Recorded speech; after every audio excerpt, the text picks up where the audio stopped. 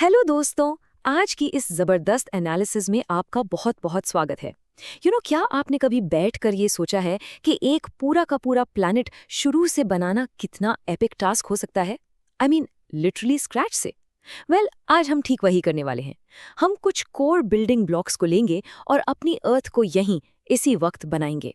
तो बस अपनी सीट बेल्ट्स बांध लीजिए, क्योंकि ये एक बहुत ही कमाल का सफर होने वाला है। मैं आपसे एक बड़ा ही मजेदार सवाल पूछती हूँ। अगर आज आपको एक नया प्लैनेट डिजाइन करना हो तो उसकी रेसिपी क्या होगी? एक ऐसी दुनिया जहां लाइफ एक्चुअली एग्जिस्ट कर सके, उसको बनाने के लिए किन बुनियादी बिल्डिंग ब्लॉक्स की जरूरत पड़ेगी?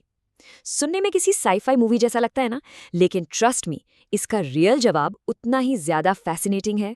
Okay, let's dive into this. हमारी is ultimate cosmic recipe के 4 essential ingredients हैं: the lithosphere, the hydrosphere, the atmosphere, और आखिर में the biosphere. तो सबसे पहला इंग्रेडिएंट है द लिथोस्फीयर।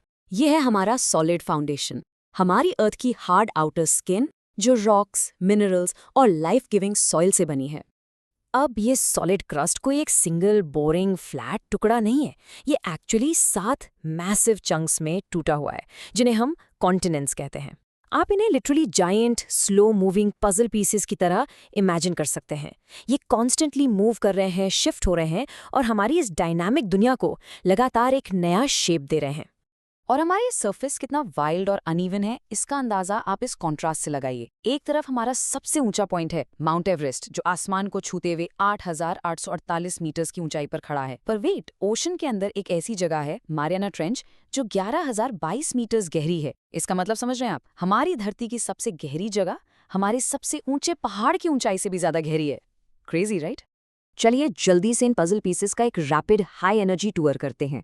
एशिया सबसे बड़ा है, पूरी धरती का 1/3 लैंड मास। फिर आता है अफ्रीका, अकेला कॉन्टिनेंट जिससे इक्वेटर, कैंसर और कैप्रिकॉर्न तीनों लाइंस गुजरती हैं। अमेरिकाज की बात करें तो वो इस्थमस ऑफ पैनामा से लिंक्ड है और एंडीज माउंटेन्स और अमेजोन का घर है। नीचे एक्सट्रीम साउथ पोल पर चलें तो एंटार्क्टिका एक कोल्ड साइंस हब है, जहां इंडिया के प्राउड स्टेशंस मैत्री और दक्षिण गंगोत्री मौजूद हैं। फिर यूरोप, जो एशिया के साथ मिलकर यूरेशिया बनाता है, और आखिर में हमारा सबसे छोटा आइलैंड कॉन्टिनेंट ऑस्ट्रेलिया। ऑसम, अब बेस बन गया है, तो स्टेप 2 पर आते हैं, the hydrosphere. Welcome to the water world, जहां हम अपने इस नए ब्लू प्लैनेट के 71% हिस्से को पानी से भर देंगे। Now what's really interesting about this is the share disparity. हम कहते हैं अर्थ पर बहुत पानी है, लेकिन शॉकिंग फैक्ट ये है कि इस पूरे पानी का एक मैसिव 97% हिस्सा सॉल्टी ओशन वाटर है, टोटली खारा। और जो पानी हम एक्चुअली पी सकते हैं, जो फ्रेश वाटर है, वो सिर्फ एक टाइनी 3% स्लिवर है। ये एक्चुअली सोचने वाली बात है कि पीने का पानी कितना ज्यादा रेयर और कीमती है। और जो हमारा 97% सॉल्ट वाटर है, वो 5 इंटरकनेक्टेड ओशंस में बटा हुआ है। सबसे विशाल, एब्सोल्यूट लार्जेस्ट है पैसिफिक ओशन। फिर आता है अटलांटिक ओशन, जिसका एक डिस्टिंक्ट एस शेप है और इसकी जैगड कोस्ट लाइन्स ने हिस्ट्री में इसे ट्रेड के लिए परफेक्ट बना दिया। उसके बाद हमारा इंडियन ओशन, एक ट्रायंगल शेप में। और हाँ, दुनिया का अकेला ऐसा ओशन जिसका नाम एक कंट्री के नाम पर है। इसके अलावा एंटार्क्टिका के बिल्कुल चारों तरफ घूमता है सदर्न ओशन, और दुनिया के एक्सट्रीम टॉप पर बैठा है आर्कटिक ओशन। जमीन और पानी मिल गए। अब आते हैं स्टेप 3 पर, द एटमॉस्फेयर। ये टाइम है अपनी रॉक्स और ओशंस को एक इनविजिबल प्रोटेक्टिव हवा के ब्लैंकेट में लपेटने का। आपको लगता होगा हम मोस्टली ऑक्सीजन सांस में लेते हैं, है ना? Actually scratch that. आपको हैरानी होगी कि हमारी हवा ओवरवेलमिंग तरीके से नाइट्रोजन से बनी है, पूरा 78%। जो ऑक्सीजन हमारे जिंदा रहने के लिए सबसे क्रूशियल है, वो सिर्फ 21% है। और बाकी का जो 1% बचा, वो कार्बन डाइऑक्साइड और आर्गन जैसी दूसरी गैसेस का मिक्स है। और ये एटमॉस्फेयर एक सिंगल लेयर नहीं है, ये लिटरली ग्राउंड से ऊपर तक 5 लेयर्स में स्टैक्ड है। सबसे पहले ट्रोपोस्फेयर, जहां हमारा सारा वेदर बनता है। फिर स्ट्रैटोस्फेयर, जिसमें प्रोटेक्टिव ओजोन लेयर है। उसके ऊपर मेसोस्फेयर, जो आसमान से आने वाले मीटियोर्स को वेपराइज कर देता है, नो वे वो हम तक पहुंचे। फिर थर्मोस्फेयर, जहां खूबसूरत ऑरोरास बनते हैं। और फाइनली एक्सोस्फेयर, यानी एज ऑफ स्पेस। एक फन निमोनिक बताऊं, the stars mean the earth. थोड़ा अजीब है, बट याद रखने के लिए एकदम परफेक्ट है। एक और बहुत इंपॉर्टेंट पॉइंट समझना जरूरी है, हवा सब जगह एक जैसी डेंस नहीं होती। सी लेवल पर ये सबसे थिक होती है, लेकिन जैसे जैसे आप हाई एल्टीट्यूड माउंटेन्स पर चढ़ते हैं, एयर मॉलिक्यूल्स एकदम से थिन आउट होने लगते हैं।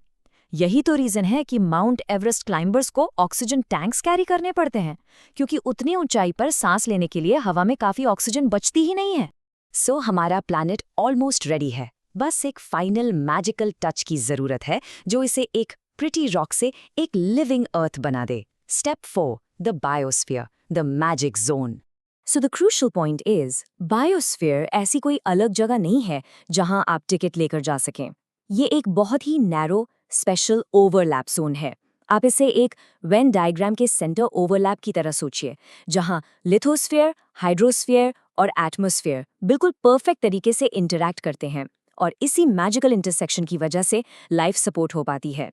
और इस डेलिकेट परफेक्टली बैलेंस जोन के अंदर लाइफ लिटरली एक्सप्लोड करती है। इतनी ज्यादा डाइवर्सिटी कि आप सोच भी नहीं सकते। प्लांट किंगडम को ही देख लीजिए, माइक्रोस्कोपिक फ्लोरा से लेकर आसमान छूते जायंट ट्रीज तक सब शामिल हैं। या फिर एनिमल किंगडम, जहां एक छोटा टाइनी बैक्टीरिया से लेकर ह्यूज एलिफेंट्स और ब्लू व्हेल्स जैसी जायंट मैमल्स एग्जिस्ट करती हैं। It's like the ultimate biological puzzle falling perfectly into place. तो दोस्तों, हमने और आपने मिलकर आज एक सच्चा मास्टरपीस तैयार किया है। एक सॉलिड रॉक, थोड़ा पानी, एक ब्लैंकेट हवा का और लाइफ का मैजिक। लेकिन ये आपस का बैलेंस बेहद डेलिकेट है। अब सवाल ये नहीं है कि ये प्लैनेट कैसे बना, सवाल ये है कि इस इनक्रेडिबल मास्टरपीस को प्रोटेक्ट करने के लिए आप अपनी तरफ से क्या करेंगे। सोचिएगा ज़रूर। आज की इस एक्सप्लेनर एनालिसिस में हमारे साथ जुड़ने के लिए बहुत बहुत शुक्रिया। अपना ध्यान रखिए और इस धरती का भी।